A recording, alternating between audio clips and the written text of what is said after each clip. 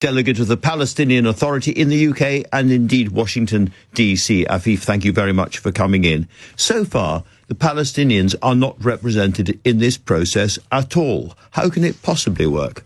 Mr. Marr, allow me to introduce myself slightly longer.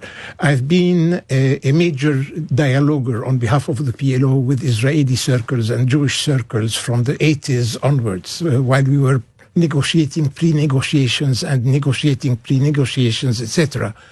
Today, I cannot but express my disappointment at what happened in Washington. First of all, I think President Trump is no gentleman. The document he presented in his press conference is different from the document he discussed with the Arab and Muslim leaders in New York. Really? Because it was changed drastically during the weekend in discussions between Mr. Witkoff and Kushner with Netanyahu. So he's no gentleman. It doesn't happen that way, diplomacy. It's based on trust. Number two, sir, I was hoping a lot from that press conference, and I am a peace enthusiast. I was involved in PLO politics very dynamically when we moved beyond the dialogue of arms towards adopting the arms of dialogue, beyond double negation towards mutual recognition. We became unreasonably reasonable, not asking for absolute justice, but for possible justice. In spite of that, I have to express my disappointment. Why?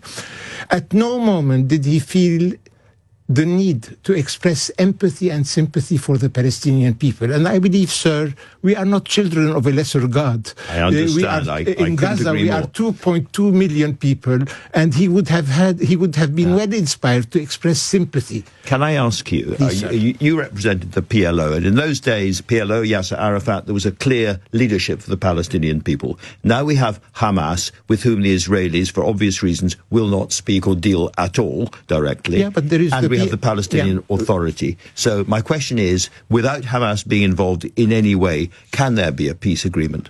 I believe that the PLO and the PA should be associated and involved in any discussion for the future, and they'll be a very constructive player, by the way. And let me tell you my belief. Hamas will be today well advised, in spite of this document, which I believe is a disgrace of diplomacy. Hamas will be well advised to liberate the hostages they have, so as to remove any pretext for Mr. Netanyahu to continue with his slaughter, his indiscriminate bombardment. And even Israel... That would be the humane and the intelligent move. That's it. And I personally believe that Israeli circles will tell you that over 83% of the fatalities and the casualties are civilians in Gaza. Civilians, over 83%.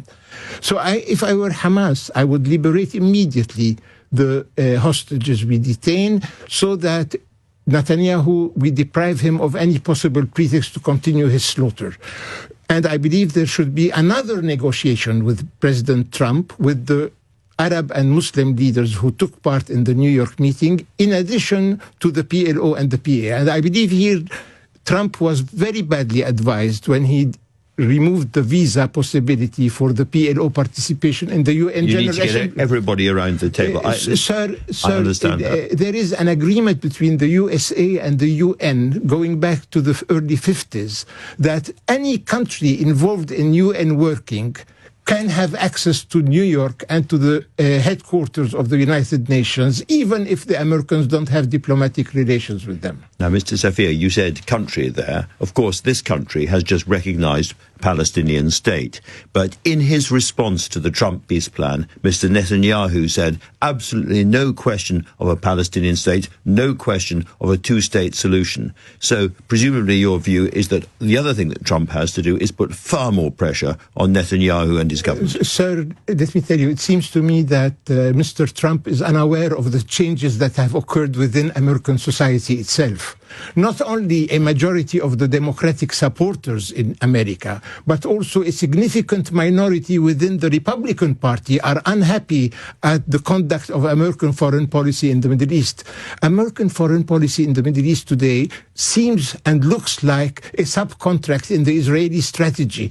And many start to believe that Trump speaks of let's make America great again, but in that case, it's the tail that is wagging the dog and not the dog wagging the tail. Everybody expected Netanyahu to be pressured by Trump on On the contrary, what Trump did was adopt the Netanyahu approach. And let me tell you, he doesn't in international relations, Mr. Marr, deterrence is a